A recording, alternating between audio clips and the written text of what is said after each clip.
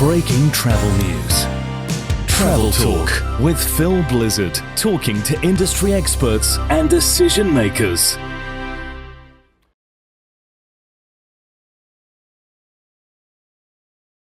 Now, moving to the theme of the conference, which is development for tomorrow's travellers. So how do you see spas evolving for the next generation of travellers?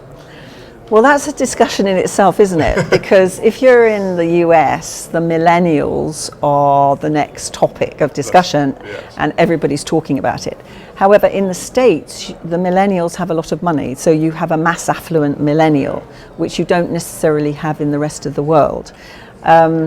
We're seeing a much younger audience in our spas. However, obviously it is financially driven, and they're often introduced by a friend, or a mum will do a mother and daughter package or something like that. They certainly don't want frills. They certainly want it to say what it does on the tin. They want experiences. They're not so interested in consumer wealth or things. We find we relate very well to them. We're developing products for them that have maybe got a broader reach.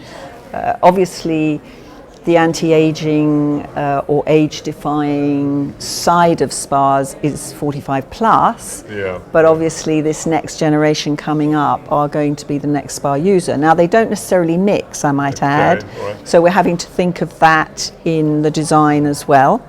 And interestingly, I sit on the board of the Global Spa and Wellness Summit, and we do a student challenge, and one of the universities did an amazing concept for teenage girls.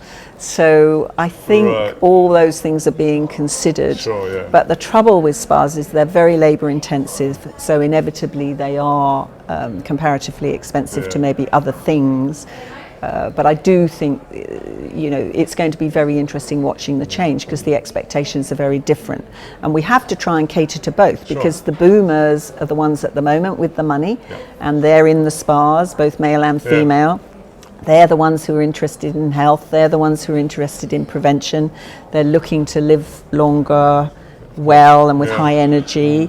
And I'm privileged enough, I'm 70, so I fit into that top end of the boomer thing, and I've been in this industry a long time, but I employ mostly young people, so we're really looking at it, holding a lot of forums, seeing what people want, and we're lucky enough that our therapists tell us, because we train 5,000 therapists a year in postgraduate treatments, so they're on the ground getting all that information. Well, if you don't mind saying, I think you're a walking, talking, living example of the benefits of spa and wellness. Well, I work very hard, but I do practice what I preach, so thank you for that. And the final thing, really, I mean, in your career, winning awards, you received the MBE from the Queen of England.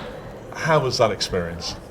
That was really, I think, for me, it was the best award I could have won, because it acknowledges what you've achieved in your life, and it was for services to the spa and beauty industry, and also for export, because we manufacture in the UK and we export to 60 countries. But no, amazing experience, and as I said, I still don't know to this day who sponsored me, because you have to be put up for that award. But Susan, thank you very much indeed for joining us here on Breaking Travel News. It's my pleasure. Thank you very much. Nice to meet you. Yeah, and likewise, thank you.